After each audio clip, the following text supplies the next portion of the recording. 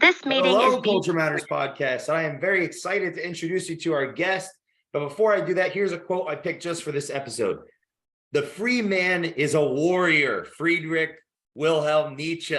See, we believe here at Culture Matters when people read to think, write to develop, listen to hear what is unsaid, and speak to let go, they develop more value for themselves and others. So our purpose of this podcast is to uncover the genius of our guests with the goal to make you, the listener, your curiosity cool, because our vision is that human culture is open, curious, and focused on creating the future. So our mission is to read, write, listen, and speak every single day. I'm like extra enthused today because I'm going to introduce my dear friend, LaRocque, who's the CEO of SocialRise, who actually authored his first book in his very early 20s while still in university, who has authored now 2 books, and I know has a third coming on the way. Connor is a speaker, an MC. He's done charitable work. He's a very prolific motivator. And I think that's why I'm very excited too for this episode. We met at a mastermind a couple years ago, and it's like, there's that one good thing that comes out of when you go to these masterminds, and our friendship has been that. Brother, thanks for agreeing to do this today. So much I want to talk about. Absolutely. Thank you very much for having me. I love the energy. Let's rock and roll. It's a pleasure to be here and get connected again. Yes, sir. So what is the unique value benefit of anyone listening to this connecting with you with SocialRise? Just get a quick update of what you've been up to with, I know it's marketing, you're helping in the context of, but yeah, I'd like you to elaborate that a little bit. Oh, for sure. No, 100%. So my main career, my bread and butter is I do marketing for a living. So I run SocialRise, which is essentially a marketing department for businesses. And what we do on a day-to-day basis, I've always been empowered by helping youth. So my kind of philosophy and everything that got me started was I want to help people build what I call a self-sustaining platform for the rest of their life. So there's a lot of things that are encompassed within our work that we do specifically. So we help a lot of small businesses. We actually do direct marketing, which is door-to-door selling. So that's where we take young men and women in, put them through a whole personal development segment and teach them and train them and mentor them. And that's actually just going live over the last week. So we brought in 7 salespeople. But on a day-to-day basis, I have a philosophy. I'm not a seller. Like people say, oh, you're selling for a living. No, my whole philosophy is I'm helping. That's all I'm doing. I'm not selling, I'm helping. So from the marketing standpoint, it's kind of a multimedia mix between your digital marketing facets, video production, websites, but then we encompass the outbound selling, direct marketing aspect together. So my company takes marketing and sales and puts them together so that you have that full multimedia or have access to a full multimedia background is essentially what I do for a living. Have you found that people in small business have a hard time juggling both? It's difficult, right? So all of a sudden I could go, I'm like a pitcher on a day-to-day basis where I'll send them leads, right? And the leads are good, but they don't get called in the right timing. So then all of a sudden it looks back and well, these leads are not that good. Well, you look back at the facts. It's like of the business. Are you calling them in time? Do they have the right information? Who's on the phone? Is it just someone at the front desk? There's so many facets to unravel within the business sector that I find. But preferably we do 2 things. We get them omnipresence and exposure for the business. So consult with them, help them, grow them, do the content. But then also you have to get them new business, leads, lead generation, customer acquisitions, things like that, to then keep them on as a client and grow as it's going to get bigger throughout the marketplace. How did you learn how to, well, first, do you consider yourself someone that's good at meeting new people and developing relationships with cold, strangers, essentially? Is that something that you believe you're strong in? Yeah, very strong. It's honestly, it comes right with my human nature. I'm really good at I'm really good at loosening people up and just talking to them. I'm an awkward guy sometimes. When I grew up, I was very shy and things like that. But what I found preferably is that, we're all people at the end of the day. We all have a brain, body, bleed and breathe. We all have the same emotions. So I try to break through that barrier, have a good conversation, treat people how I want to be treated. So I'm very good at relating and talking to people and just going back and forth. It's awesome. When you were more awkward, how did you become less awkward? To be honest, to kind of break it down for you, the changing moment or the breakthrough, if you want to call it, would have been when I joined martial arts. I was a hockey player growing up. I did sports. I was overweight, shy, timid. I got the crap beat out of me, honestly, for the first 16 years of my life by my brother. And he's my mentor. We love each other. We're great. But he was this big force of nature, freak of nature athlete, huge. He would have been a professional NHL hockey player. And he was kind of my mentor, but also the guy that, like, I was like his punching bag, right? So that I was full of fear. And it was until I joined martial arts. I joined the sport of Muay Thai. So it's the art of the 8 limbs, Thai boxing, right? So use your hands, elbows, knees. And I started competing in the ring and doing demonstrations and things like that. That was the breakthrough. Wow. It helped me lose weight. I started to gain confidence. I started to understand discipline and honor and respect. And some of the core principles that I follow on a day-to-day basis were because of martial arts. It's like a sixth sense, in the sense that it's not about fighting. It's about culture and everything that comes together. And it really changed my life, to be honest. What was the first job you ever had? First job I worked at, so in Canada we have a grocery store. It's like a basic grocery store called Food Basics. It's like a Walmart but like smaller scale in Canada. And I was a cart boy, so I was pushing carts for a living. So and someone leaves the cart out in a parking lot, I'm like, come on guys, bring it back. I look at the kid, I'm like, oh no, look where I am now. That's where I started. What? Because so when I was preparing, you wrote your first book while you were still in university, correct?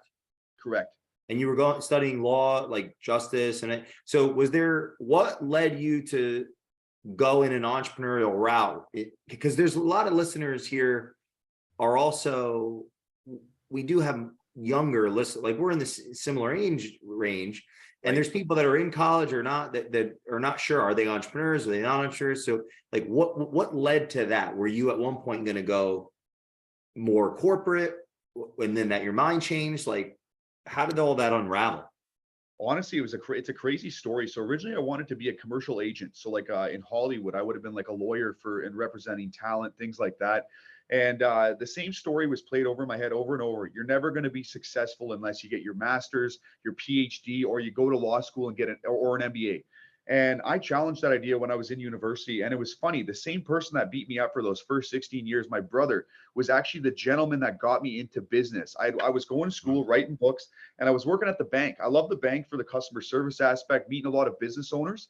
And I wanted to change my image in university. I didn't actually get in the first time either. I was a C student. I didn't try hard. It was all these, the whole scenario went into it. And I was really inspired by Tony Robbins, Bob Proctor, Cardone, Vaynerchuk. And I kept seeing them, and I seen the lifestyle. I seen how they moved and they talked. And I'm like, wow, I really want to be someone like that. So that's actually what inspired me to write the book. I wanted to change the script. I dressed like a gangster kid growing up, right? Because I was terrified. So I put on that gangster image, even though I was never a gangster. I was the nicest kid you'd ever meet. And I'm from Canada, for crying out loud, and I changed my image. I went into my second year of university. I was wearing a suit and tie every single day I go to school. That was how I wanted to present myself and go out there and change the image, similar to what Tony Robbins had done. And the more I got involved at the bank and doing, selling books and speaking, there was a business aspect to it. My father actually is an entrepreneur, and he comes from that background as well. And then funny enough, I graduated university, and my brother was like, let's start a door-to-door company. He got an offer for ADT alarm systems, and that's what brought me into the business world.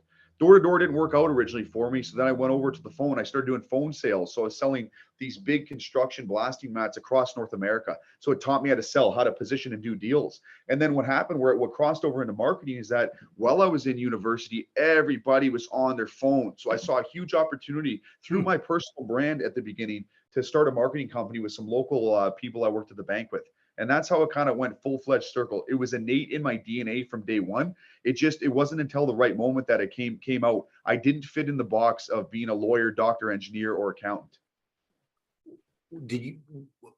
I guess, if someone's listening to this and they have an inkling that they could be in that route and they haven't really figured it out yet, what do you say to them? How do they know if that's the route? How do they know? So one of the biggest things is that you have to put yourself out there. You can feel it. I'm a big believer in energy in a lot of cases. That I always knew I wasn't meant to be a lawyer. That as much as I like the style that they presented, I knew I was destined for something. And what happens is our society conditions us that take the safe route. Don't go down that rabbit hole, because at the end of the day, it's risky. You might lose it all. There were so many people giving you reasons why not to. And what I would challenge the audience to do is to start talking to people that say, go for it. You can do it.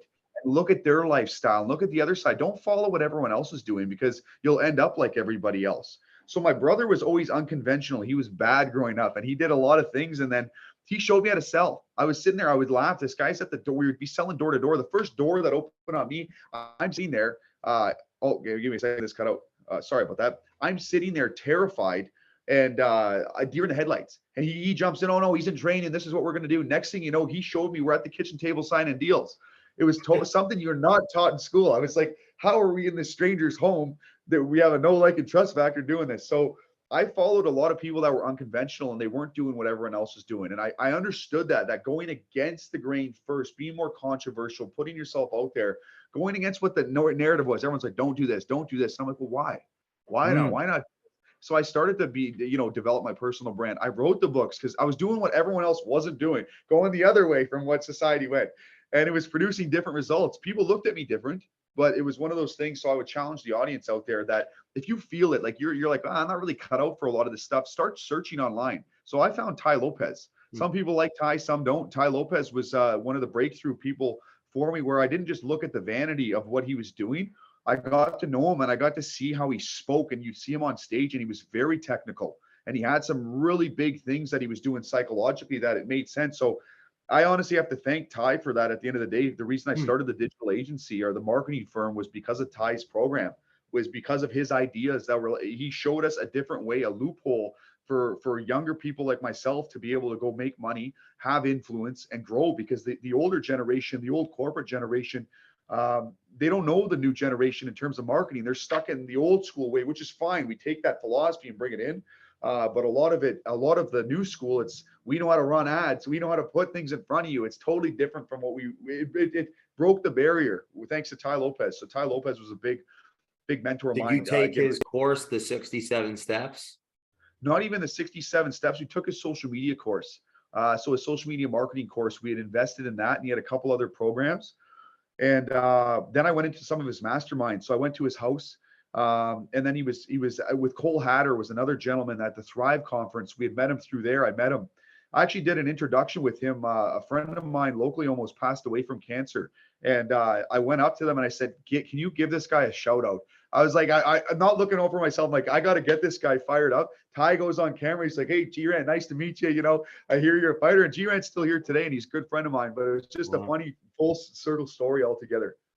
So you're saying that you went to Tai and you asked him to do a shout out for a friend that you had that was dying? That was ill. Yeah, he was ill. He had just beat cancer. It was in remission, all that kind of stuff. So it was pretty, but the guy's good now. It was one of those things. Tai was one of his idols. And I met him. I was sitting there with Tai, and I didn't want to be selfish and just say, give me a selfie. I was like, let's do something fun where it's going to fire him up. And then I went to Tai's house the one time, and then he was at other events we'd be speaking at. And yeah, so he was a big, for the marketing field I got into, it was a lot to thanks to Tai, like a lot of his training. Some people might not like Tai and the way he teaches, and he's vain in his promotional, not anymore. I mean, look at him now, he's worth hundreds of millions of dollars with these companies. But I really liked what he was showing, that people look at him and say, oh, this doesn't work. And I went out and I'm living it now. The reason I have SocialRise is because of Tai Lopez. Wow. The reason our company, we're a 7-figure company, and we have lots of staff. We have a great culture, great team. It was all from those fundamental principles of digital marketing, how to audit accounts, how to do someone's social media. It all came together, which is pretty wild. What is your advice to someone that's listening and saying, I don't have a mentor and I don't need one? Well, two things. So if you don't have a mentor, I mean, we all need mentors of some sort. So if they're saying I don't need one, I say, maybe put your ego in check a little bit on this side, that there is something to learn from everybody, from the worst people in history to the best. And at this point in time, we have access to some of the greatest information in the world. I can go watch lectures from Harvard. I would start to go look online, see some of the people that are big. So Tony Robbins was a big mentor of mine. I love his style. I loved how he talked. I really like Oren Klaff for sales. Klaff was he's a very profound individual. He used to be a investment banker. Start looking online. There's so much free material. Like Robert Kiyosaki as a starting point for entrepreneurs was always good. Rich Dad Poor Dad, just the mentality he brought in was great. Bob Proctor, another one that's really good. Vaynerchuk fires people up if you like that style. Cardone is a piece of work, but he's great as well for some things. He's got a lot of good content. There's a lot of stuff there that when you, my biggest thing I would challenge for anybody saying, well, I need a mentor. It's like, see what they're actually saying and start to sit back and process it. Take your time with it. You can take something from everybody and then make it into your own and build. But if they don't think they need a mentor, I'd say, hey, I appreciate that. The confidence of it. Is it confidence or is it arrogance? Right. Well, we all have something to learn, right? At the end of the day, that if you go in with that mentality, you're just closing yourself off to the unlimited potential that is out there in the world right now. You're closing yourself off if you think you don't need a mentor. There's just always something to learn. You always want to, that's so everyone goes to school, university, college, right? And then it's done. And then they're sitting there and it's like, okay, it's done. I did my learning. It's like, no, every day you should be learning. I'm reading every day. You're reading, picking up books. I want to know the Karate Kid. That story just came out. I want to hear, how did that happen, right? Like, look at his life change. Then you want to go pick up other books from the military. You go to philosophers, things like that, where you want to just see, there's no time you get to see inside someone's mind, but in a book, right? Like, some of these people are gone. Abraham Lincoln's been gone for years. We can go see inside his mind through his writings, right? And that's always been inspiring to me, that you get a chapter inside of someone's brain. So I would highly encourage, use your online sphere. This thing is a weapon. This thing has everything. 100 years ago, we had nothing like this. I can learn anything right now in an instant. So use it. Don't just sit there and consume.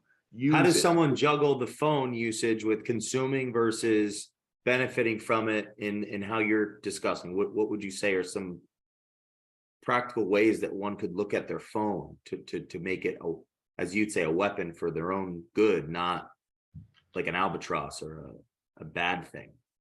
I would spend literally at minimum at least an hour a day learning something. It can spend a half an hour to an hour a day. So let's say a subject, like something you're passionate about too. So you have this weird thing where some people say, well, passion, this and that, you got to make money. Oh, that's great. But to get the energy you're going to need to get to the next level, you need to do something that interests you to keep your attention, right? Attention is such a commodity. It's so hard nowadays to have your attention. So what I would say is that if you're a young man or woman out there right now, you're interested in a topic, whether it's engineering, marketing, accounting, maybe philosophy, whatever it is, spend an hour at least on minimum a day learning about it. Take that hour, put that in there, discipline yourself, because what's going to happen too is someone's going to text you or call you or whatever. You have to literally set it as a must. This is what I'm going to do specifically. Write notes, look back to them. So what I would say is set some goals. You need to have some goals. It sounds so basic, but a target and some goals. Because I'm going to do an hour a day on a subject I want to learn. Then I'm going to spend another, half an hour meditating or whatever it is. You got to set up a schedule with it and stay disciplined. If you're not able to stick to the schedule on what's going to go in, you're not going to succeed well. You're going to be all over the place. One thing I used to do, and this is maybe for the audience that I really like this one, I would have, when I first started my career, I'd have my dream goal. So I'd have a dream goal. I want to be an entrepreneur, helping millions of people, whatever it was, in my pocket. And I would look at that every single day. And every time I would touch that goal card that was in my pocket, it would bring me back to center on my goal. It would remember, so that as your brain's going in 15 different directions, it's focused. Because my favorite quote of all time from Tony Robbins, clarity equals power. And without that clarity, you sit there at the end of the day, it's like, oh, well, I see something over here. I want to get into sales. Oh, well, marketing works too. Ty Lopez, like, there's too many things. So you have to go back to the basics of, okay, this is what I want to do. Here's what excites me. These are my drivers. And then, and the basis of everything you do has to come back to helping someone or something or a cause, because that's the purity in it that's going to make you feel fulfilled. And it's going to allow you to persevere when times get tough, because my philosophy is that we're all interconnected. It's not about you. It's about what you can do for other people. And the bigger scheme of things, it's helping people, right?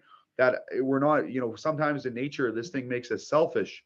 And it's like, look at me. And I get that. You got to promote yourself and get out there. But the basis, if to live a fulfilling life, you want to go out and help people and talk to people and get to know them, because that's the best part of our human nature, is just connecting, the connection. And you can feel it. That's how me and you met, right? We met we had a connection. Yeah. I'm like, this guy's on fire. I'm like, I got to talk to this guy.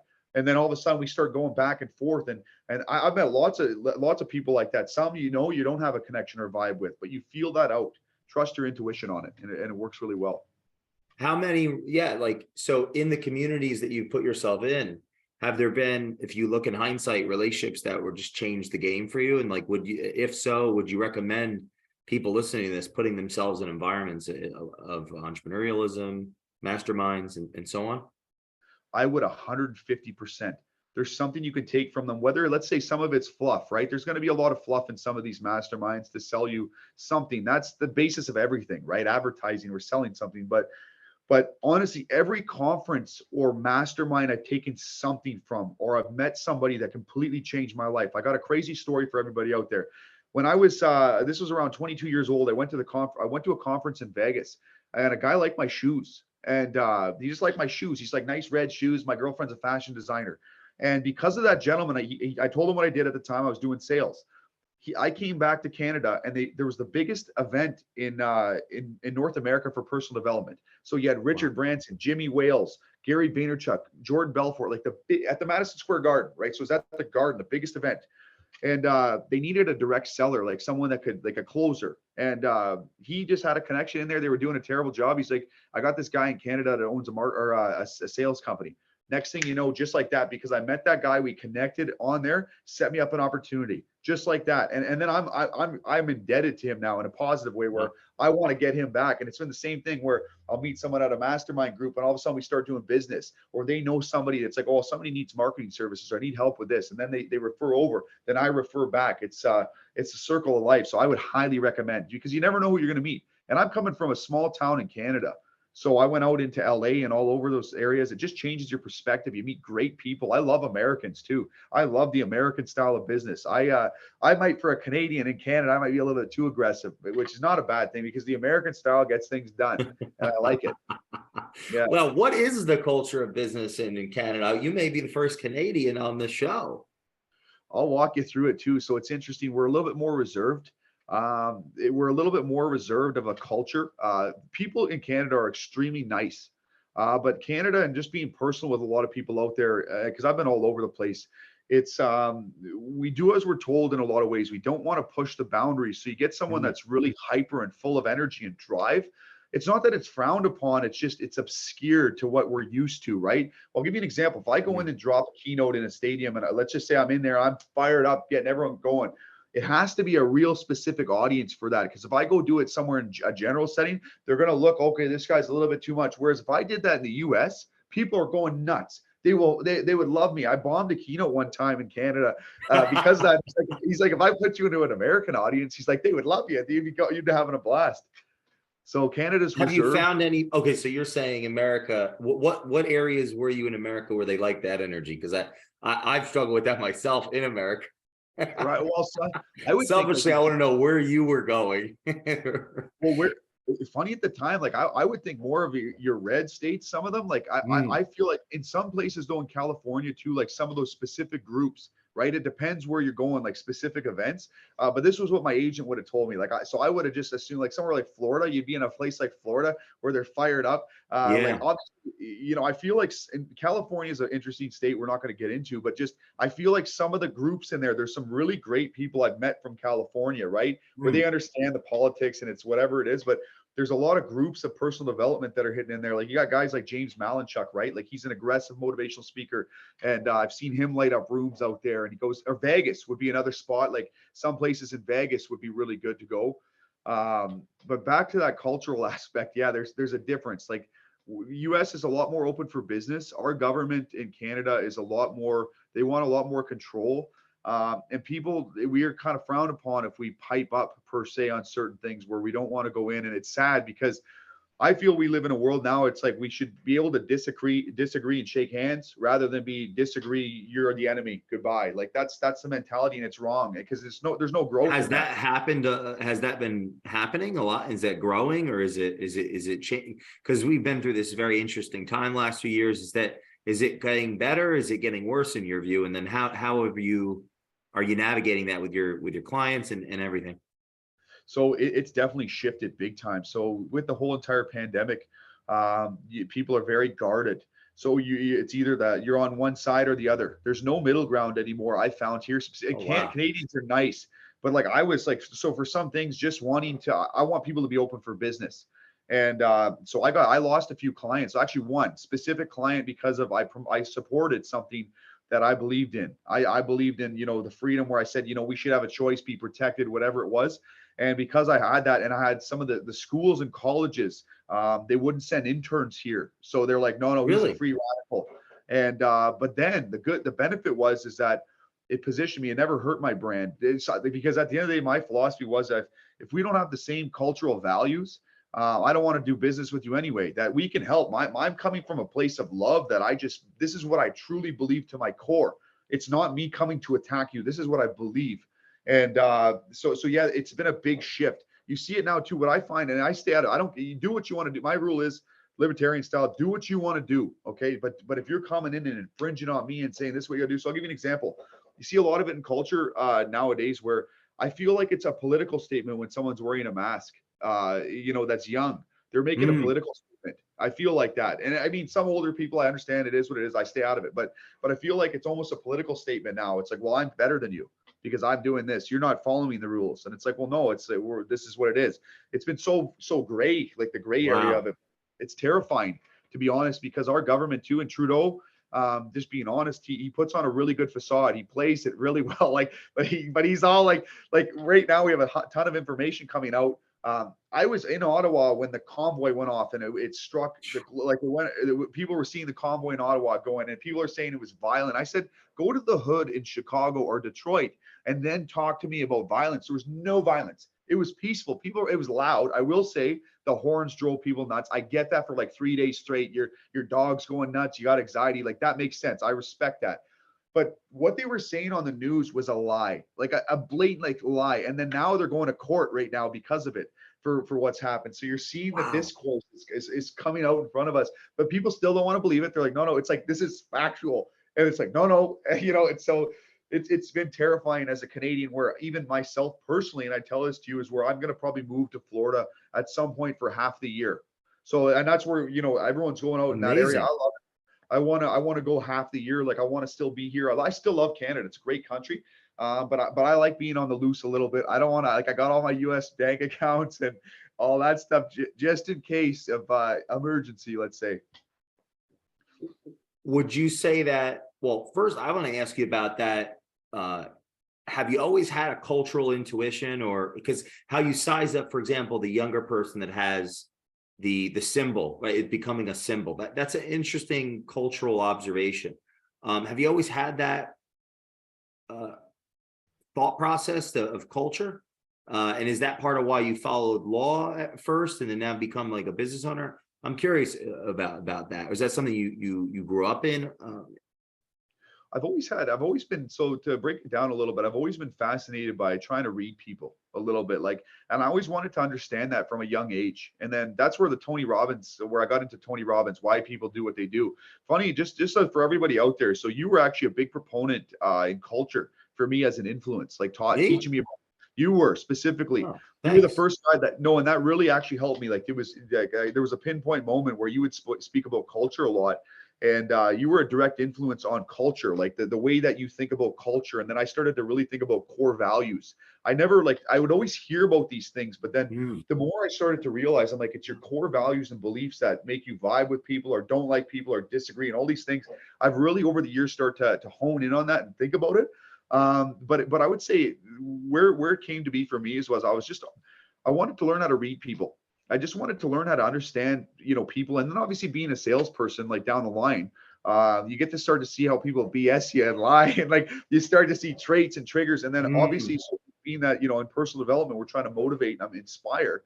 I've just seen the way people move and you can start to see the body language and things like that. So the cultural aspect, just the older I got, I actually started to realize there's a divide and it's perpetuated by the media and the government.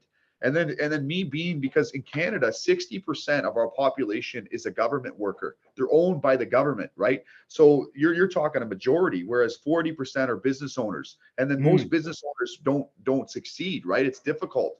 So I started to notice that the more I actually started to do well in business and I started to pull ahead from the school system, what they taught me, because in school I failed. I was a C student. I was looked down on. I wasn't going to be successful. And then all of a sudden I went out in my career and I challenged the idea. I knew I had something. I always knew in my heart and soul I had something to give and I wanted, but the world punched me in the head. I was a nice kid. I was nice and soft. And every time I didn't think I was as smart as people. They push me down. you failed at this. You're not doing good. And I was just a nice kid, and I was terrified. My mom helped me out a lot. Like she would protect me, and she'd say, "You go after your dream." And then my dad was like a military instructor, and he helped too. Watching how he went into the world. I'm like, this guy's fearless. I'd be driving in the car, and he'd be snapping on people in business. You know what? I'm like, he just run them over. Like they'd be giving him a hard Really? time.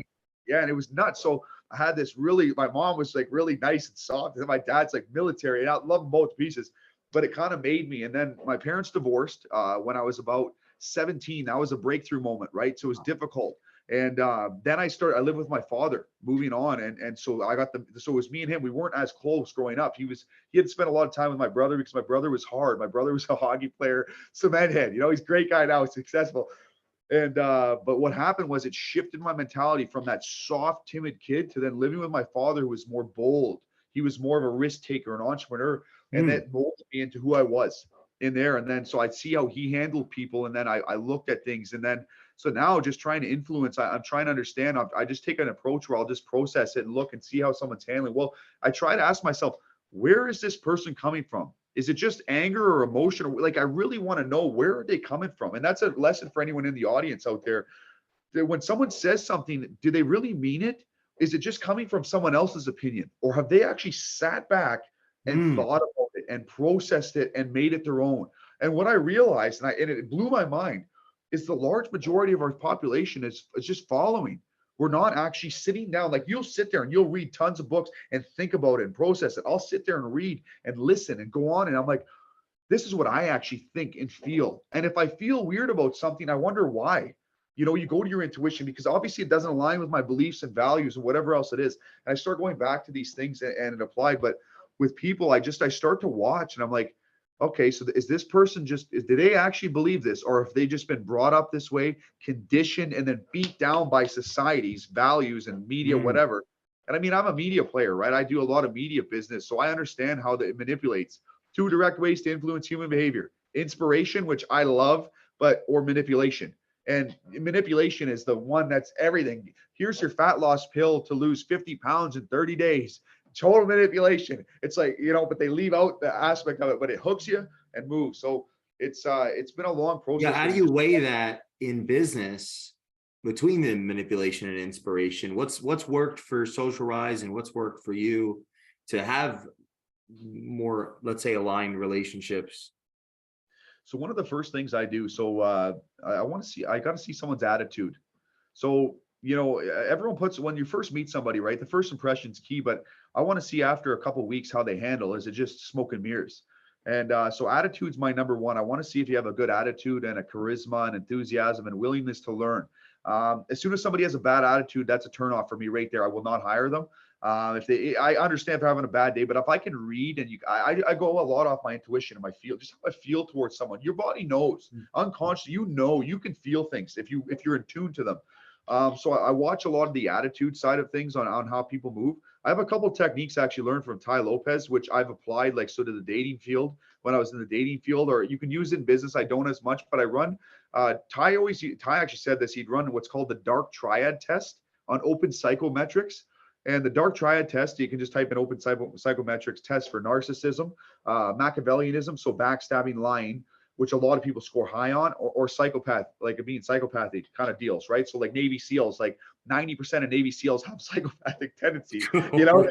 That's a fact. That's like an actual fact. It was 70 to 90%. Like they have those, so my brother, as an example, And they need those.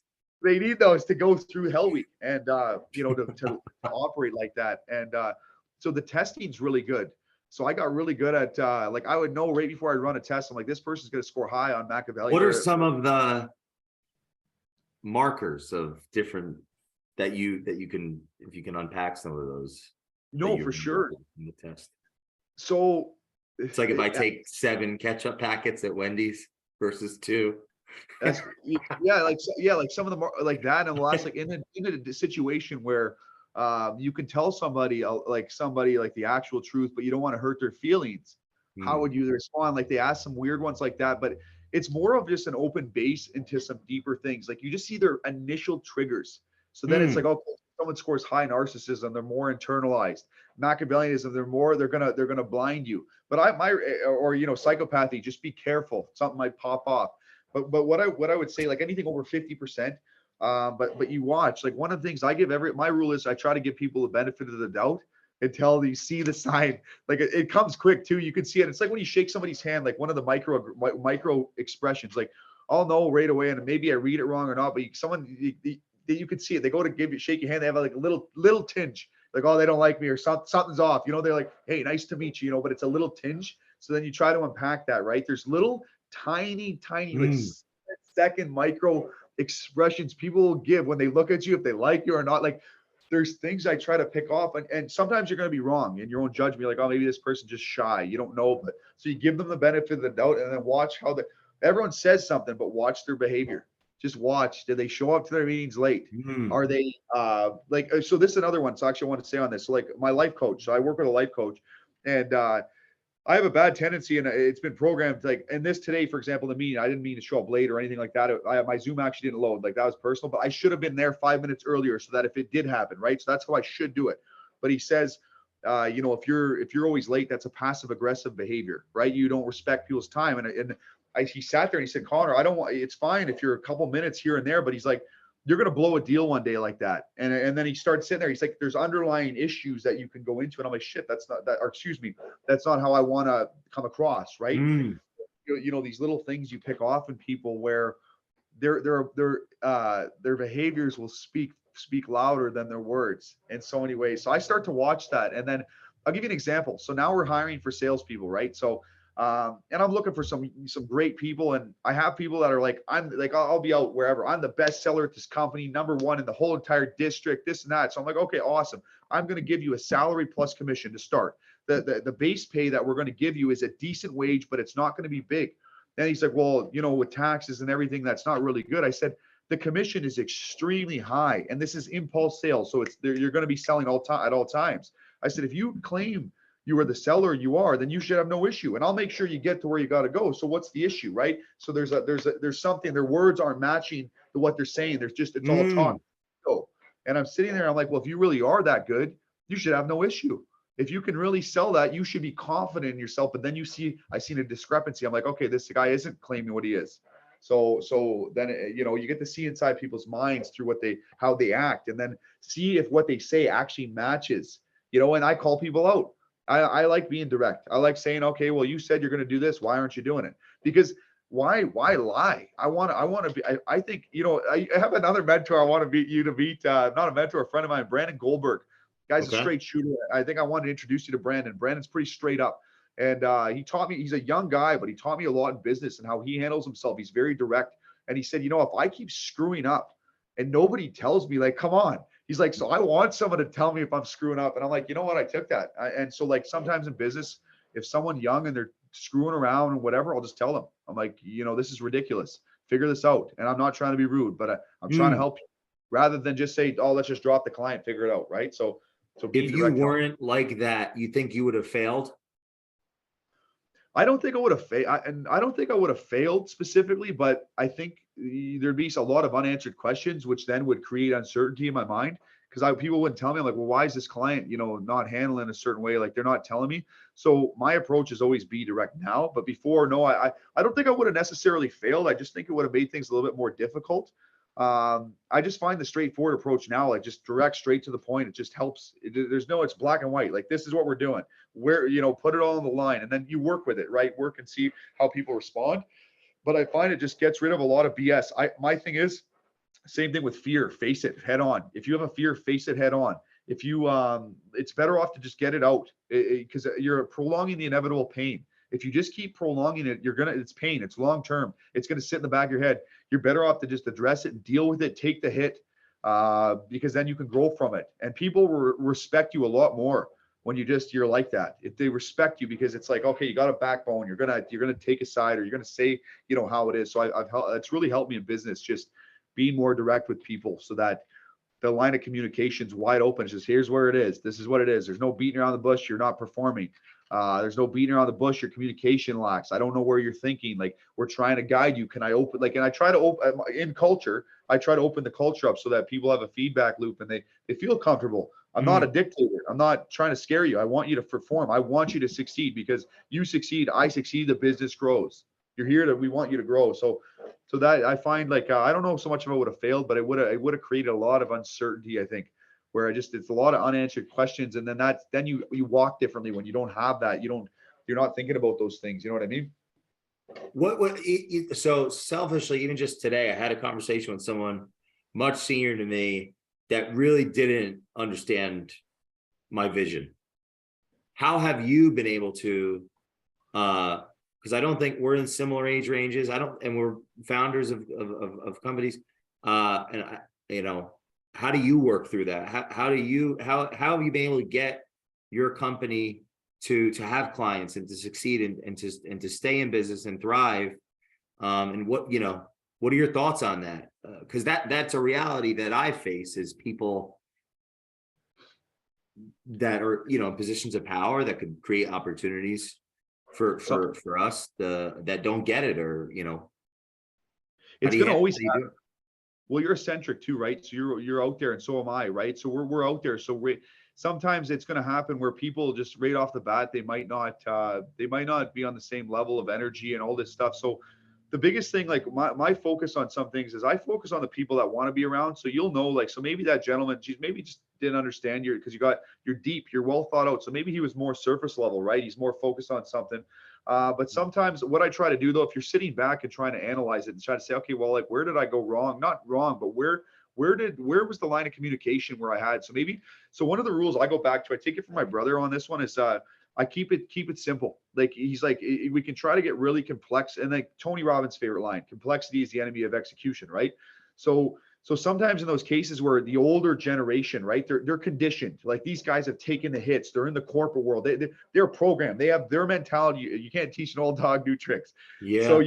So in a way, the only thing I would say is maybe play the chameleon more, right? So get a feel for it. If they're not vibing off the bat, it's like, okay, well, maybe switch my style. This is a weird technique, though, from a psychology point. I learned this at a conference. Like, if you're standing on the right side of somebody and you're not vibing with them, and then it's not going well, go switch sides. This is going to switch the brain. It's so basic, but it's just basic psychology. So if you're sitting there in front of them, move over, go the other way. And just for a second, if you feel like they're not open, they're not, it's a really weird one, but these are cool little techniques you could use. But in that case, try to keep it simple. So in your case, like, you're unpacking, like, sometimes people, because our brains, we're getting hit constantly all the time. We don't, maybe it's a rapport thing too, where you come in really hot and then all of a sudden it backs people out, right? Where that's okay. Whereas then you calm it down and move, and you kind of get into a tai chi with people, try to go in and relate. And some people, no matter what, I use the example, whether, there's a negative connotation, but let's say Mother Teresa, actually who she was, right? Let's say arguably one of the most selfless people in the world. Christopher Hitchens wrote a book about her, ripping her to shreds. So there's always going to be somebody that you're not going to get along with. So I go in with that, knowing that people are going to judge you regardless. It's not their fault. It's just human nature. We judge to protect ourselves, secure, whatever. But yeah, maybe go back, like, try to keep things simple. If you're finding that people are shutting off or they're missing something, it gets too complex, right? So another one too, I want you to write this down if you've already read this, but by Oren Klaff, Pitch Anything. Pitch Anything is a really good book. He talks about what's called the croc brain. So the impulse zone right in your frontal lobe of your brain. You want to, like, when you're pitching or when you're meeting somebody, you want to stay within there. It's the hot spot, right? Where you're talking about things that are spiking dopamine, like, wow, this. But what happens is, if we get too complex at the beginning and then people don't know you well enough yet, it goes into the subcortex in the back of the head. So then they're sitting back in their chair thinking about their life and whatever else it is. So that book will really help for those situations. Just stay in that hot spot, croc brain. But a guy like you're deep, right? So it's sometimes people are too surface level, or they don't want to go into that state. So you kind of want to work with it. So I've experienced it a lot too. I got a lot of energy, and then but I don't try to focus on them. I'm always a gentleman, just like you would be. We're always a gentleman, have respect. But sometimes I've realized that I'm not for everybody. Like, we're not. So we're not for everybody. Like, if they get that look in their eye where they're like, oh, this is a little bit too much, like, then I know to back it off a little bit. If I know if they're sitting there like, then I'm like, okay, I got to back off a little bit, right? And then just start playing the chameleon a little bit, like move a little bit differently and slow it down and go back to the croc brain and like the frontal impulse zone. So stuff like that. But you're going to run into that. I mean, you've done well, right? You've done significantly well. So that's a testament that it works. It doesn't, we're just I forget who said it. It was Ed Milet or somebody. We're just not for everybody. You know, there's going to be times we're just not for everybody. So I don't take it personal as long as I'm respectful. What have you learned about yourself, business life from Life on the Rocks? You have a show, you interview people just like this, and so yeah, what have you learned about yourself?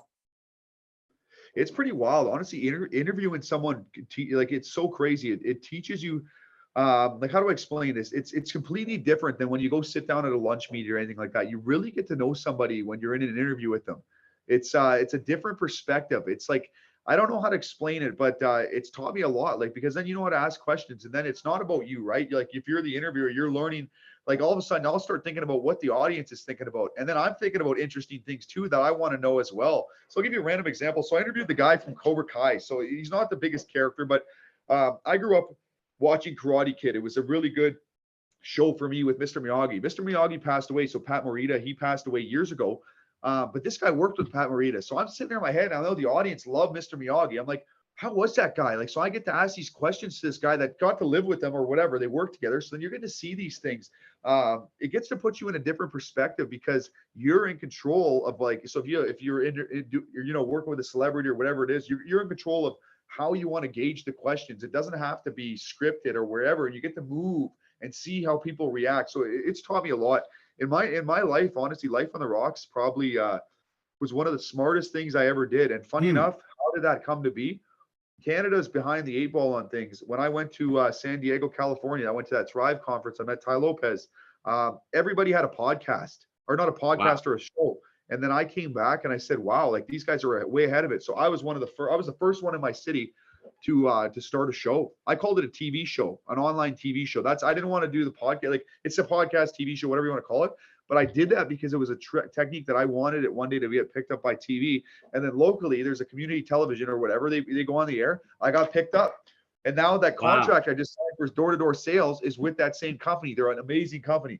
But it all was a manifestation and a visualization I had. And so the show, it's the greatest thing ever. And the other secret to it too, which we learned from Mark Lack, it also gives you another, or I use it actually myself, it gives you another lane to get access to somebody. It's different when I want your time. Let's interview, like, or let's sit down for lunch, opposed to I want to interview in my show. You get into a different bracket. You're in a different lane. So I've used that significantly, where you're giving them value, and then you follow up, and then you build a relationship. Then they love the interview, the hits, whatever else it is. So it's another really good way to grow. You think people are not fully understanding or getting the value of a show? And I think and the possibility that comes with it, and the ease by which to do it. Like, what are your thoughts on that? I think in a lot of ways too, and I think what happens too, there's a lot of procrastination. It's a lot of shoulda, coulda, woulda, and too many of us we become deer in the headlights through judgment, right? We're scared of judgment, and then now our cancel culture society scares the crap out of people, right? So we get caught in a box where free thinkers are shunned. When I have an idea that's different, oh no, that's bad. That's not what everyone else thinks. So I think people get scared, and I don't say this arrogantly. I think there's some people too, it's because of the lack of clarity, we become lazy and complacent because we don't have dreams, and because we don't have the right mentors and people around us to say, go after it, go try it. So, the old Dan Pena, show me your friends, show me your future. A lot of it, you're going to find who you're surrounding yourself with is a big controller of your reality. If you're around guys that are drinking 24/7, you're going to be, on that. Peter Voog, remember? And this is a funny story, Jay, when you called him out. I love that. We can have a little memory lane here. I kind of was thinking about that the other day. I was like, I've made some mistakes in my life. Was that one of them? I don't know, but I think I don't remember full memory. I've been a lot of repressed. Can you unpack that a little bit? This is guys just went to another level of our relationship. No, this is excellent. I love this. So this is how I got to know you. So guys, we are at a mastermind group out in Newport Beach, and Jay walks in his 3-piece suit, drives up. I think it was in like a Mercedes Benz. And again, this is a mastermind group. We all spent money to go there. So like, that's the thing. So we're all at a higher level right there. It's not just generic to show up. It's like we all spent money to get into the conference or the event. It wasn't cheap by any measure. It wasn't at all. And so what ended up happening was, so Peter's a pretty bulldog style guy. He's aggressive as well, where he's straight to the point. And it was like a battle of the alphas. We're in the room, and then Peter purposely positioned himself where he's going to call us all out because he knew we all didn't have our goals or whatever it was, like to a T, like that level to the week. And he's like, no one in here has this, whatever it was. And Jay's like, I know mine to the day. And he's like, he called Jay out. So he calls Jay out. He's like, oh, that's whatever it is. Let's hear it then. Jay stands up to the day. He's like, this is what we're doing. Culture matters. We read, write, do this. And all of a sudden, Peter actually stepped back. So he hit dominance, match dominance, and you pushed him back. He was supposed to be the authority and the teacher. And then you came out and showed him how it was. There was not a mistake there. That was good. That was actually really good. He probably sat back on that as long as he wasn't egotistical. And he's probably like, damn, that guy's sharp. So he probably had a level of respect for you, thinking, okay, wow, like that. So there was nothing wrong with that. Wait, so now you as a student of psychology, and we've never talked about this before. This is so interesting to me. You were sitting in that room, because I'd love to give you my perspective of what was happening. It's just so funny if you think about it in the past, right? Because I was wearing all velvet. It was about 110 degrees, by the way. Oh yeah. And I had red shoes with spikes. Jenna, my fiance, has since helped me not dress that way anymore. And I would say help. There's pros and cons. Yeah. But so my question is, at that time, were you a student of psychology in a lot of this, and then were you picking up on those social cues and watching this interaction, and like, what were you thinking? So I was always like, I was a student of psychology, but not at the deeper level, like where I am now, like where it's like, well, through a lot of experience in life, I've thought about it a lot more, and I've really stepped into my own on that. So but at a surface level, I was sitting there like, holy crap, like this guy's interesting. Like there's something here. Like you left a mark, like, you left a mark in that sense, that situation where I was like, whoa, this is, similar. And this is where it's funny, where I introduced you to Brandon Goldberg, because he did the same thing at another Mark Lack conference I was at, where he called Cole right out, right in the spot. Buddy put him in the hot seat. He's like, oh yeah, well, we need a private jet. He's like, I'll call one in right now. He's like, there's no way. And he called the jet. Just you and him. And then it was funny, in my life, I started to look at the patterns. I was like, these are the guys I want to be around. Wow. And that's what ended up happening. I started, I'm like, Jay, like, you're a buddy of mine, right? Then I'm looking at guys like him. And then I'm looking at these other people that are really good creators, but we're different, right? And I'm like, and I'm one of those guys too, where, a little bit more in a different way, right? And so when I was sitting in that moment, I'm just thinking, I'm like, holy crap, this guy's bold. You got your character came right out. It was the alpha versus alpha, and it was respectful. I was like, you had the balls to just straight up tell him, and I respect that. Like, I wish at that time, I wouldn't have had the balls to do that. Whereas I've been called out at conferences. This one guy didn't buy a ticket once. He came up to me and he was like, oh, well, you didn't buy whatever. Like Cole did that to me one time too. And then nowadays, like, if it was now and he told me that, I'd be like, yeah, I didn't. It shows you're not that good of a seller, obviously. That's how I would respond. I wouldn't put up with the lack of disrespect, right? So no, it was great. It was, you know what I mean? It was that you didn't hammer him. It was awesome. That was a great moment. I remember my buddy that was with me too, from Canada, Tristan, he'll remember that too. Like, holy crap. Oh yeah, I think I remember Tristan well, actually. Yeah, he's a great guy. And shout out to Mark and Peter they were very professional in their whole setup. Totally. And what a testament to what they created, that we met through that, and we're talking about that. And Pete, I can say that I will say, make sure that the audience knows that Peter was very professional and also respectful, and my view of it was, I believe what I believe, and I'm going to stand up for my beliefs. And, I think if I look back at some of the positives of going to that mastermind, it wasn't too far after that some opportunities have presented themselves where I was prepared to say what was on my mind and speak what I believed what was true, which led to success of culture, like more success of Culture Matters when it relates to like mentors coming in my life, peers, clients, and so on and so forth. So shout out to them for having that, for cultivating that culture, right? Where we got to meet each other. I'm curious, just extemporaneously, what you think about, you're talking about Brandon, you're talking about me, in that setup and yourself today. Do you think there's something, because like you talk about Thrive, that's another great community. Do you think there's something to, I'm just speaking out loud, going in those settings and kind of seeing who speaks up, it's like where they're going to end up. Like there's certain people like you've continued to grow your company, you continue to speak and have your show and all these things. Like in my view, those are the things that will continue to lead to success.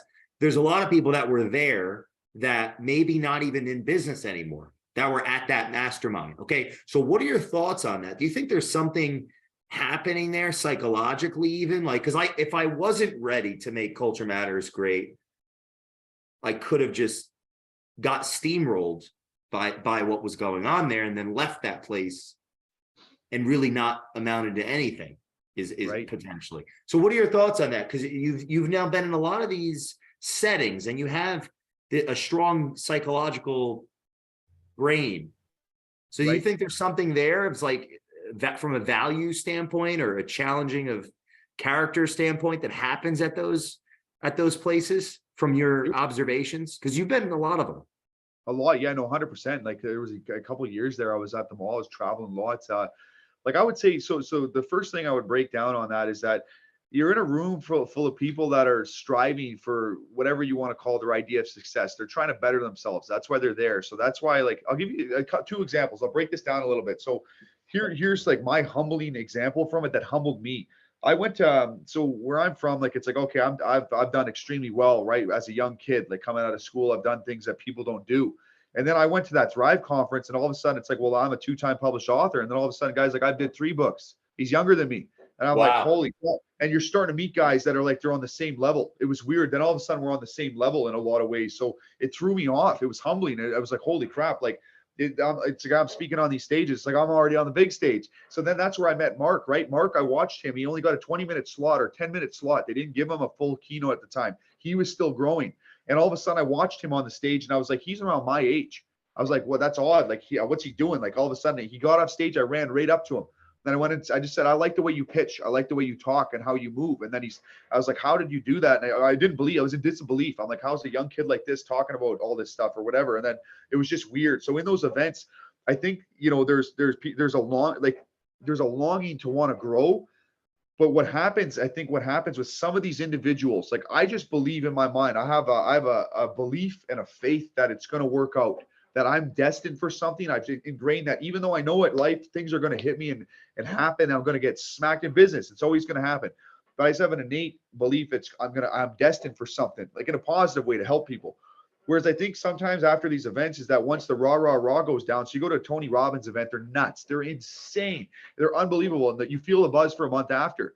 But once, and he always says that at the end, it's like a muscle. If you don't work it, it's going to go. So I think what happens is life hits sometimes where people aren't mentally tough. And that's something we need to talk about, that the mental toughness is what's going to allow you to persevere a lot of the time when you get hit, to realize. And it's mental toughness. So in business, if you're not built for it, like you have to understand that you're going to there's uncertainties constantly, and you're trying to create certainty. So then a lot of these individuals that might not succeed in business, I think they just don't have the mental discipline, or they get hit really hard and maybe they have a plan, but I think they leave these conferences, then the smoke and mirrors dies of it, the fluff and the rah.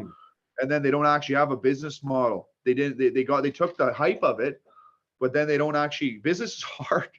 It's not like, if you don't have the right, and that goes back to your philosophy and culture, if we don't have the right people around us, you're not going to succeed long term. So the communities, if you use them properly, where you have a communities, then you can find the right mentors. And sometimes in business, it's saturated as well, so then their businesses won't survive. Me, I'm in Canada, so I'm in a different market where we do business all over. I still do business in the US too, but I have a really good base here, so that it's allowed me to thrive. It's allowed me to grow, and I've taken the principles at the top and moved them around. And then I'm also, the thing people have to realize is that you got to strike while the iron's hot. Like there's going to be changes. And if you're not fast and relevant, you're going to get wiped out. So COVID, for example, if like let's say you don't get government funding or it shuts down, I feel terrible for a lot of these businesses. Like, what do you do? So you have to go back to a job, right? But like, it depends on their planning. So I think sometimes it's you need to have mental toughness. You got to get prepared. You got to understand you're going to hit. So some people, though, they get hit so hard that that's it. I'm done. I quit. It's like a fighter, right? You get kicked in the head, get knocked out. I'm done. I'm not fighting anymore, So I think in business, when somebody takes a really hard hit, sometimes they don't want to come back. And sometimes there's nights where this isn't for everybody. You're like, you get to live a lifestyle that you could never imagine through entrepreneurship, and make a ton of money and help a lot of people and have a great team. But The back end of it is you're the accountant. You have to deal with all the pressures and stresses of payroll and supporting your people. You are the counselor. You're the one that has to grow it. You have people stabbing you, trying to go take what's yours. There's a lot of responsibility and ownership that you have to take as an entrepreneur that a lot of people don't see. So then when they're looking at these conferences and they see the smoke and mirrors, like guys that created Quest Bar, Tim Bilyeu, like you look at guys like that, right? I'm looking at Tim, but you watch the fire he speaks with when he's on stage. I don't see him online speak with that fire like he does, but like as a motivational speaker, I watched him get up there and he's screaming from his heart. And I'm like, you've taken bullets and then he persevered, right? Like any of these guys, like Richard Branson, Vaynerchuk, even like they take the bullets, and sometimes you can take the shot and you don't come back. But true entrepreneurs, even like guys like Trump that go bankrupt and then they come back, they're made for it. And so I think just sometimes some people they need mental toughness to be able to persevere, and then a plan, get the right people around you so that you have support. Because if you don't have the right support, it's just going to keep bringing you down. You guys that'll, I'll be like me, I'll pick you up. You fall. No, you can do it. What are you doing wrong? Okay, your accounting sucks. Okay, no, you have the wrong leadership behind you. You need a manager. And sometimes the sad reality is you got to bite the bullet in business where you're going to have to invest. You're going to have to put your own money on the line to survive. And that's the scary part. People just want to do it. Let's bootstrap it. Well, sometimes you got to put your money where your mouth is and bite the bullet and say shit. Excuse me, I don't want to swear. My apologies. You have to go out and say, this is where I am, and I'm going to risk it. And business is risk, And I've had to do that a lot of times where I had to trust my own intuition when people told me, don't do this, don't do this, don't do this. And I went out and did it. I said, you know what? I have a strong belief in myself and wherever, and you're going to surprise yourself. Same with the guy that had Spotify. Guy's a billionaire nowadays, right? He went up against a lot of battles. David Icke or Ick. And one of the things he had said was, at the end of the day, trust yourself. He's like, I listened to a lot of these politicians and lawyers and people that told me not to have to go give more percentage to the music industry when I could have built it for free and how I wanted to build it. But what he did, he caved to the pressure and he regretted it. But he's still a billionaire. He killed it. You look at him now. But that kind of stuff. And then an interesting story as part of that, to loop back in, his partner, his initial co-founder, is a lot like us. He's very out there, and he had to let part of him go as part of what they were doing. I don't know the full story, but because the public image was off, because the guy was crazy, he was out there. But look, he helped him build the company. Without him, that company would not be there. So it's a crazy story that guys like that, that company would have not been funded without the guy that had that background, worked in Silicon Valley, was out there to get what they had to get done. So there's some crazy stuff. Do they have 10-year high school reunions in Canada? We do. We haven't yet for mine, though. I think it's coming up. It should be up. Yeah. So my curiosity is, where are your peers? Because and selfishly, I've been reminiscing over the last few years, because things started, all the years of being, kind of a laughing stock, are kind of being undone now because it's working. And so I've reminisced as someone that felt disenfranchised from, let's say, formal education and didn't feel like a success. I've started to try to figure out, hey, is anybody successful? Has anybody done anything interesting? And I've been looking under rocks. I've been calling people. I've been texting, messaging people. Hey, have you heard of anybody? Has anybody done anything? This is deeply rooted in pain. I just want to be honest that I am not perfect. This is an insecurity I have. But I'm curious if, how are your peers? And are you going to go to that 10-year high school reunion? That's the other question. Absolutely. So I have a couple questions around that. What are your thoughts? No, and it's okay. And I want you to know, just my preface to it is that you've done an exceptional job, and I'm sorry you went through that. And that's the pain of it too. And I went through a similar thing, right? And it sucks because that's how kids are programmed. They're judgmental of people that are different or whatever in the beginning phases. And I used a lot of that as energy, and that's the same as you. It drives you, right? Where you want to show people, right? It's an ego thing, but a lot of my peers, to be honest with you, the disturbing part of it, and I find it fascinating, but I'm trying to stay humble towards it, is that some of those same people that judge me were looking for work. When you get somebody that was looking for work and they're looking for a job, and then all of a sudden I have all the connections and the executives and CEOs, and then the same people that laughed at you, right, because of the way you dressed or moved, and then all of a sudden it's there's a lot of them are doing well. There's a lot of sharp kids I went to school with, but it's a weird phenomenon. The business owner side of it, like the actual ones that are like making big money and like Mm. having are like C students. And I found that like a lot of that, which You've was weird, seen that too. all the time. And I like, and we work together. Like a lot of them are great, like together. And I don't like that. I'm a boss. All that. I don't like that. I'm not into that. But like a lot of them I want to hire because they're sharp. And then I can lead and I can see things and I have a vision and I can move. And Mm. then I bring some of these guys, like one of my guys selling door to door. He has a master's degree and he's very profound. He's really well spoken, but he wants to learn how to sell because he sees the power in it. I find when people don't embrace the sales ability, they lose it. And then you don't get to tap into that resource. So going back to the school side of it, a lot of them have actually done well. They got good careers. Some of them, you just look and they're not doing the best. Like my friends were always like the radicals. Like we were the Mm. funny, radical, chirpy group. And the craziest part, they're all doing really, like my group would have been like looked down on, like, oh, those are stonery, Wow. dumb kids. One of my best friends, and God rest his soul, that passed away, was one of the wildest people you'd ever meet, looked down on, hated. He was an engineer, like an aviation plane engineer, and he built his own airplane. And like Jeez. this was a guy that was hated in school, but he ended up passing away. He got into a tragic accident because that's the guy he was. Motorcycle, always up, and that's how he died, right? Same thing, too haywire. But that was like my best friend. My other buddy, he's like a lead technician with a company. The other one's doing really well in business. The other one's like he started his own Bitcoin company, just crushing it, funded it, and everything. These were guys that were looked down on, and it inspires me to see like we were the dummies. And then like it's like those same people that judge us, that kind of whatever type of people, they're doing okay. Like some people, I will say they're doing well, but some others like they're not striving for the full X, and they probably look at somebody like me and just say, oh, well, how is a guy like that, like the gangster dumb C student kid pulling ahead? It must be. And the one that pisses me off is, oh, it must be his family or something like that. He must come from money, or he must come. It's like they don't see the nights. And it's not that I do. My dad took so many bullets and divorces and whatever. Like I watched, he was in constant just war. It's not what it seems. I wasn't a silver spoon kid.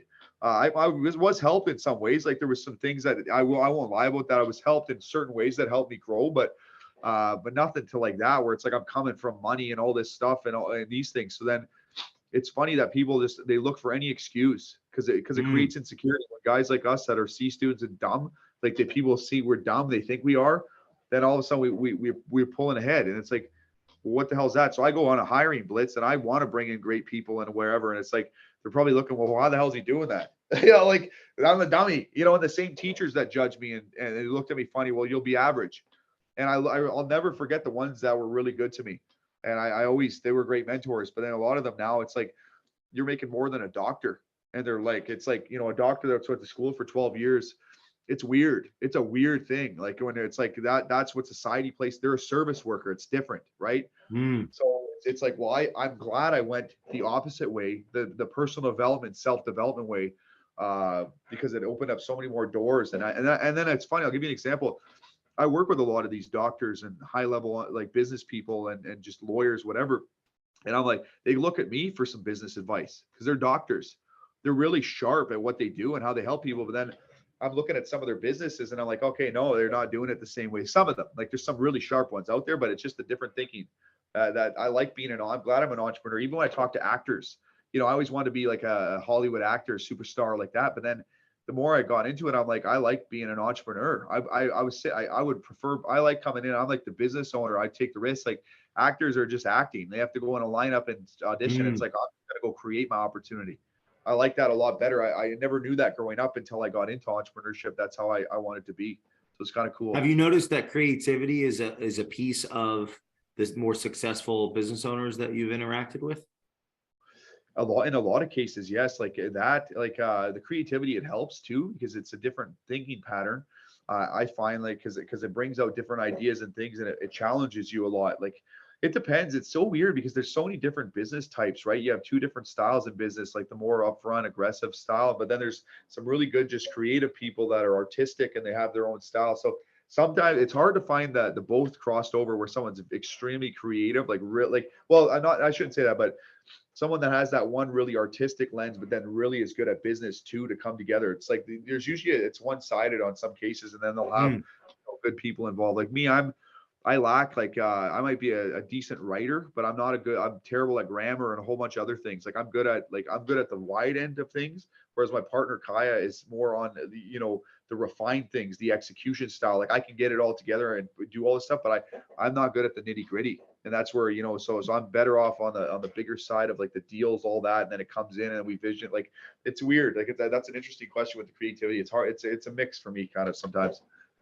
What's your advice to people that work with their significant other? That's another thing that we share. I don't know if you knew that. I know that. Yeah. Right, 100%. my fiance. Yeah. So what are what's your advice to people listening on that and myself, and how's that been instrumental?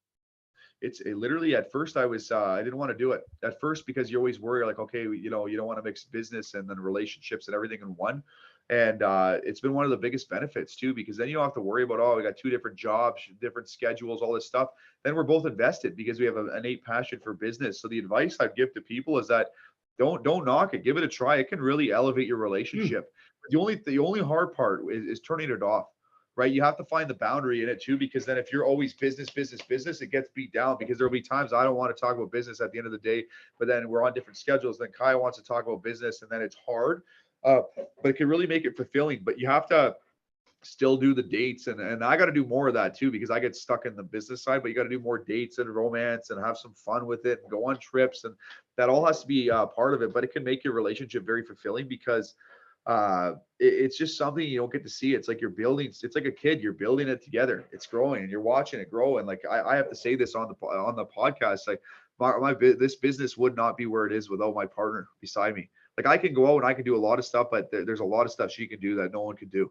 And it ties in, it's a beneficial. So then the way I look at it as is both of us coming together, it's a force. We're unstoppable. What 2 people could do, we could do more than what 2 of us could do more than tons of people would do. And I bet you feel the same. So it's rewarding. It's crazy. Like maybe I need to have more people on the show that work with their significant other, because there's a lot of value. You can't even. It's definitely a force. It's there's something to it. I'm curious if you found clients that share that, and even if it's and if there's you've seen some interesting patterns in that in your endeavors with different companies. Any thoughts on that? I'm trying to think, like I haven't seen very many, honestly. Like my family actually grew up, my dad was in insurance and my mom was in insurance. They worked together. Like it was kind of a funny story, family business style like that. Oh, cool. So that's where it's funny that it came this same office too. My dad had sold this building or whatever years back. And then I'm working in the same office that they grew up in. I was probably conceived in this office. I make the giant. Really? I don't know. Fun. I tell my mom that. Yeah. But but yeah, like I don't see that many businesses, but when I do maybe it's subconscious in us, because my aunt and uncle who I had idolized, they worked together. They built many millions. Crazy. I lived in their basement for the first 7 years or something. It was probably rich. Yeah. Now I'm thinking like maybe we just got lucky. Or we got lucky. Yeah, that might be, because I think it wouldn't work for a lot of couples. You got to vibe. You got to have a good dynamic. Like, because again, who's like, and then the biggest thing for me too is I'm a front man. Like I'm on the front lines a lot of time, like with the PR side of it. That's what I promote. I'm a promoter. I'm really good at promoting. And so then I get some recognition I don't want. Like I'm like, no, that's the team. That's Kaya and them, and I'm throwing it over. But then people are like, right, people are basics. And I was like, oh, I see Connor. And they're like, he's doing it. Like, so we laugh about this in the office. It's like one of our clients, they're like, we want Connor. And I'm like, no, you need Kaya, not me. Like I'm the happy-go-lucky guy that you don't need me. You need her. Like she's the one. Like, and then, but people are just, we think like that. I'll literally throw it off. I'm like, no, it's not me. It's her. Like, and so that's the only struggle. So then I'm like, let's promote Kaya more. Like, cause she's humble. I'm more promoter.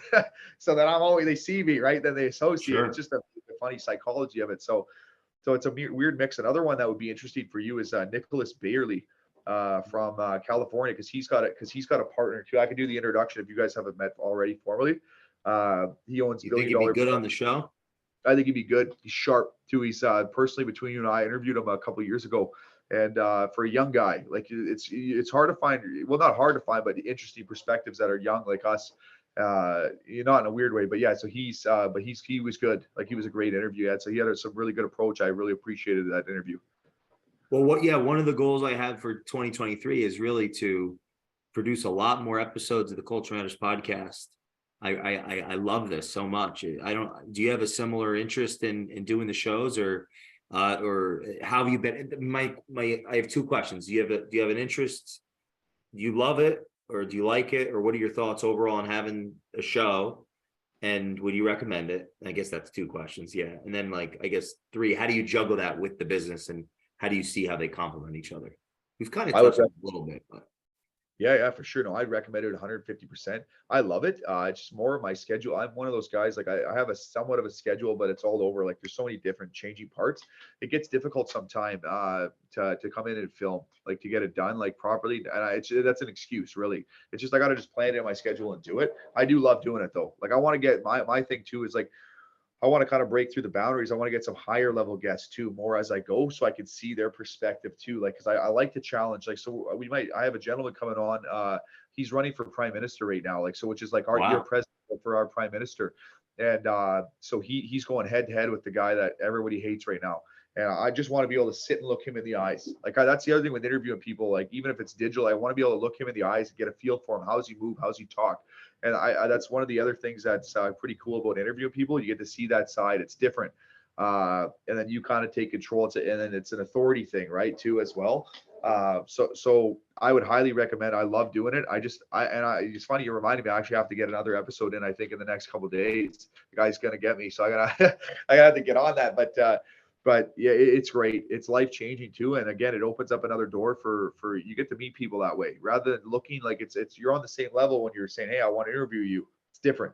It's different than just saying, let me some time. I want to meet you. It's like people are way more receptive to, oh, I want to be interviewed on your podcast. What are your numbers? How do you do it? Blah, blah, blah, that kind of stuff.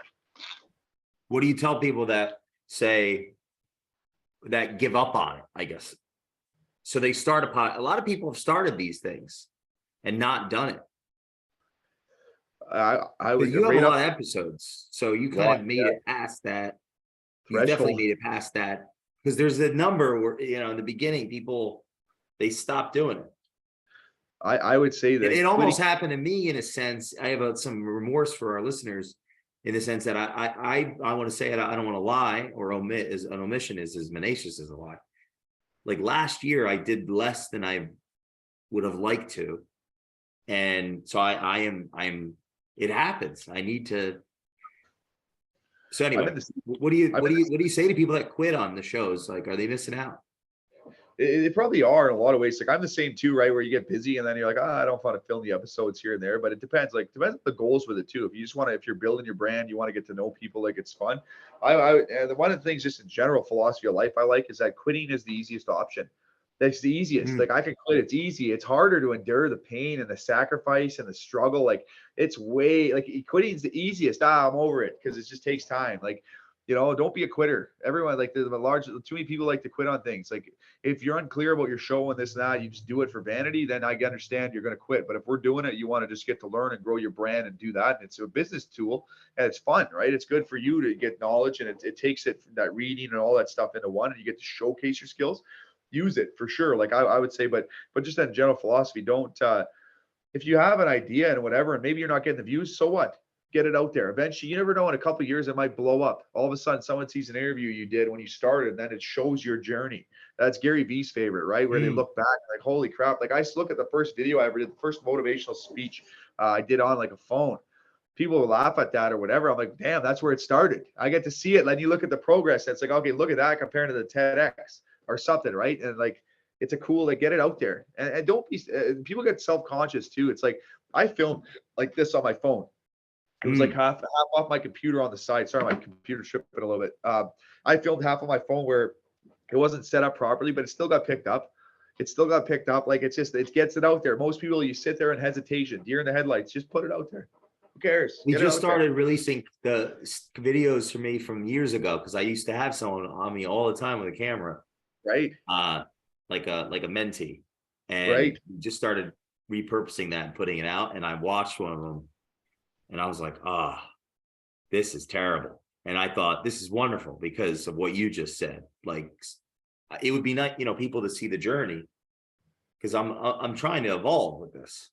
Absolutely. And so to see you think that we're going to be looking back on this in 10 years, like this conversation about what we were doing 4 years ago and what we were putting out there, and we're going to be laughing like, wow, that's where it started? I think we're actually in that process right now, like partially where it's like we look at where we started, right? And then look at your level of your content, how it's lifted up, even from when I met you for the first time to where we are, that we're Oh in that yeah, middle true. ground. I think we're in the middle ground actually right now, where we still will look and say, "Oh, damn, that was good," but then we'll go even farther back to when we first met at that conference, and then the style, like I even remember with your three-piece suits, like just sharp, right, slick back, man. Like that's how it was. And me, I was different. I had big puffier hair then, and like Yeah. different style, more, So I think we'll look back and it'll be like, holy crap! It'll be the thing that's fun for me is to see where you'll be, right? And I have no doubt it'll be very successful, right? Just in what it looks like, though. Like it'll be Mm. cool to see. The question I would have for you back on that is in that 10 year skit, it's like, was it like you imagined it was going to be? Like, did you manifest it? Did that come to life? And that's the cool part where I look at, like, I started off in door to door. Now I'm doing door to door again, but so I'll tell you a crazy nugget here. This is crazy. When I started in door to door sales with my brother would tell you about this guy named Alex Bayet. He owned this Bayet group. They had this contract with Sitcor. And my brother would always talk about this guy. He's like, yeah, this is the guy. Like, he's the straight shooter. He's got the big business, wherever. And then fast forward 7 years later, I'm that guy. I got the Wow. contract. I was like, that's where it started. And That's amazing. it blew my mind.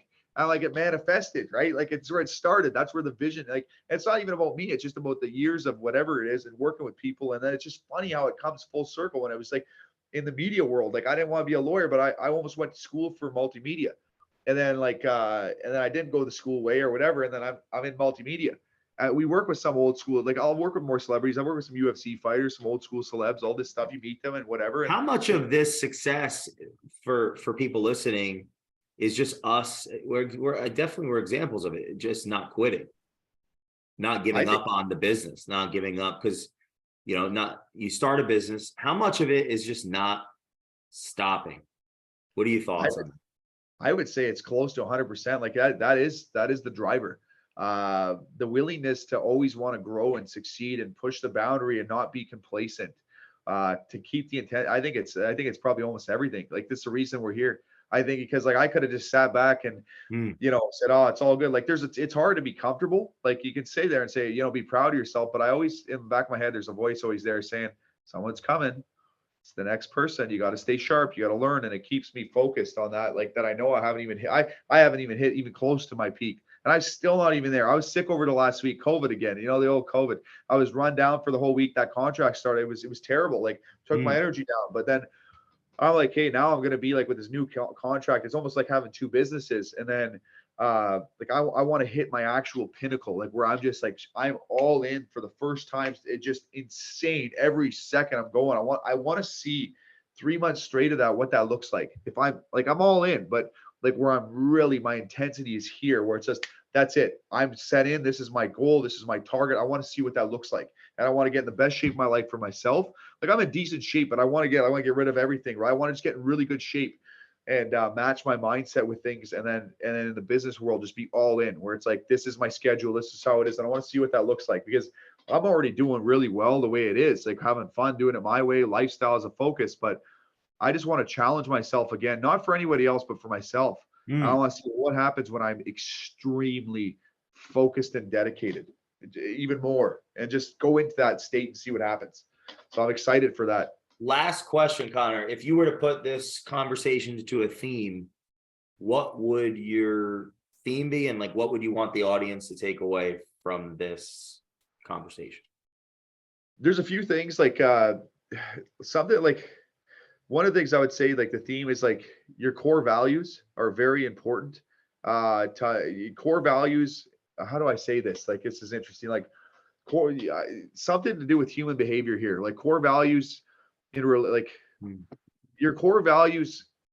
Things. How do I say this? Things go a lot deeper than what they seem on the surface Mm. level. Go deeper. Think for yourself. Be able to think for yourself, meaning that take things and process them and go deeper into a deeper level of thinking. Things aren't always what they seem on the surface. Sit there and unravel them and ask yourself, what do I actually think? So the context of this conversation, people are funny sometimes. People are judgy, people are funny. But really just take your time to start thinking about things and analyzing things, and then uh, kind of break it down a little bit on that side of it. That's what I'd say. Like this conversation, like on that, it's a lot about how people move and think. Uh, and don't be scared to push the boundaries. If you learn anything from both of us, it's like, don't be scared to push the boundary and be judged. It's fine. That's nothing. That's, if you're not being judged, you're not going out there enough. You're not out there enough. You're not doing enough sometimes. So push the boundary and think for yourself. Ask yourself when you see something, is this how I really feel, or is it just because of what someone else said? And then really break it down. So start going deeper and deeper down the onion and the iceberg, if you will say. Connor, thank you so much for Wow, agreeing Jay. to do this. Everyone listen to this at least 2-3 times. I mean, there's so much here.